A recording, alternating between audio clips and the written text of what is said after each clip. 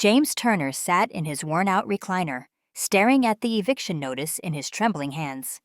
His small apartment had been home for nearly 20 years, a quiet place filled with old photos, military medals, and memories of a life well lived. But now, his landlord, a man named Richard Carson, was trying to take it all away.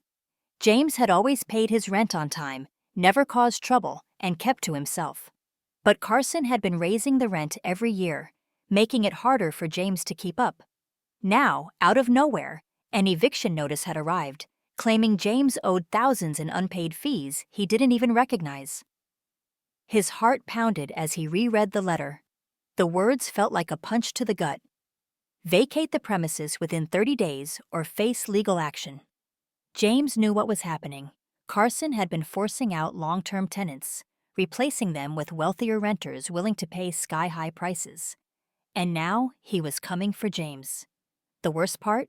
James had no family left. His wife had passed years ago, and his friends were few and far between. Who was going to help an old man fight a battle like this?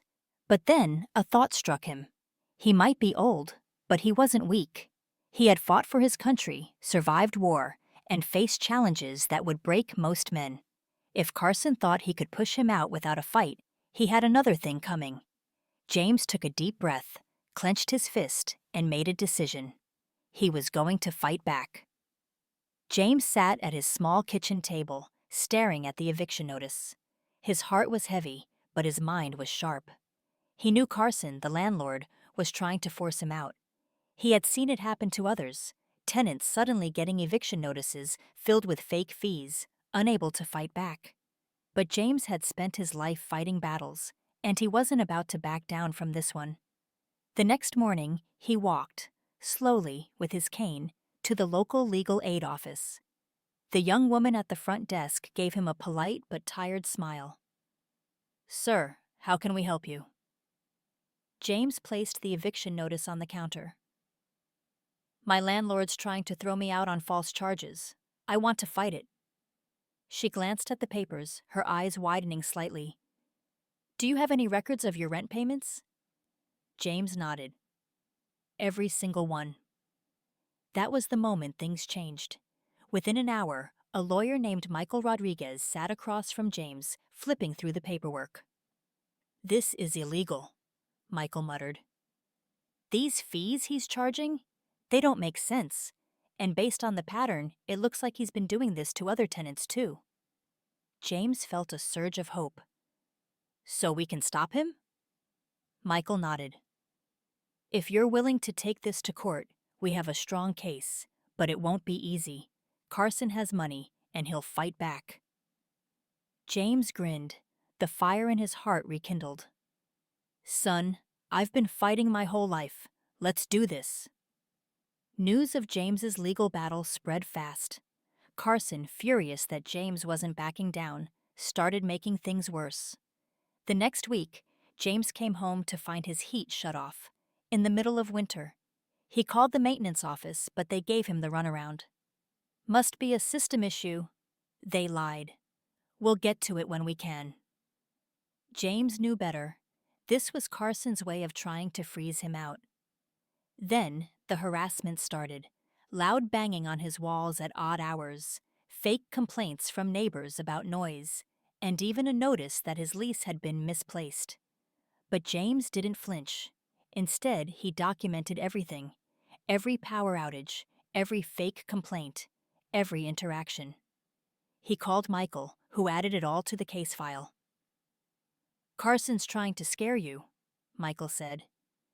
"But this is going to bury him in court." James smirked. "Let him try." The day of the trial arrived. James sat in his best suit, his military medals pinned neatly on his chest. He wasn't just fighting for himself. He was fighting for every tenant Carson had bullied.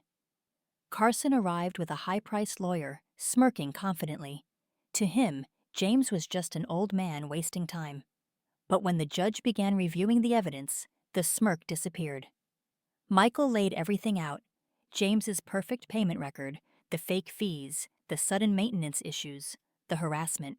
Then came the moment that changed everything. A surprise witness, one of Carson's former employees, stood up. "I worked for him," the man said, voice shaking. "I was told to find reasons to evict older tenants. Carson wanted them gone so he could raise the rent."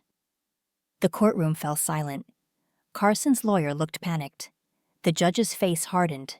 Finally, the gavel came down. The court finds in favor of Mr. Turner. James closed his eyes, relief washing over him. He had won. But the judge wasn't done.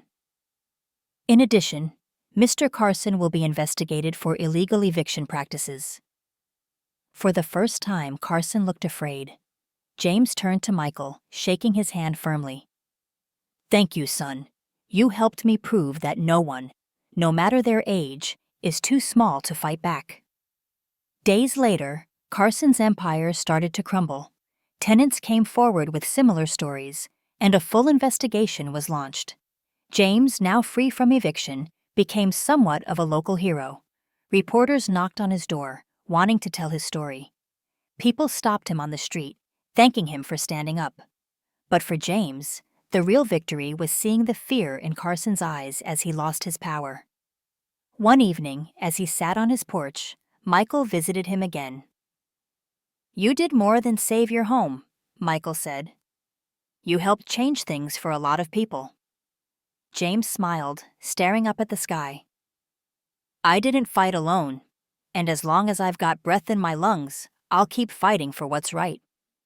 Because that's who James Turner was, a soldier, a survivor, and a man who never backed down.